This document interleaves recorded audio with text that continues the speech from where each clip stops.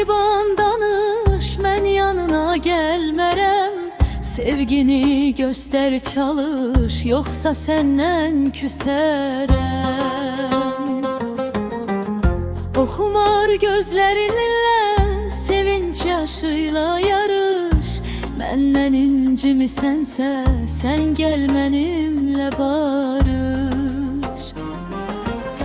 Mən səndən incimərəm, o kövrə yüreğimlə. Sönməz bir məhəbbətəm, həyatımdır səninlə. Sən də mənim dünyamsan, yaşadan həyatımsan. Gecə rüyalarımda mənimlə qovuşarsan.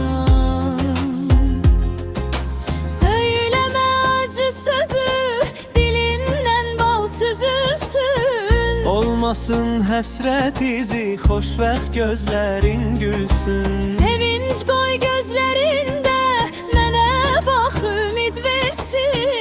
Sənin məhəbbətində vüsal çox gecikməsin. Aşıqəm tellərinə, sevginlə danış danış. Qoy baxım gözlərinə, Gəl mənimlə sən barış. Qoy əyməsin bizləri, ömrümüzdə nə fələk. Dilimizlə sözləri, sevirəm, sevirəm deyək. Həyat keçmək eşində, sən ömrümdə bir mələk. Sevginin bağçasında, mənimlə sən bir ürək.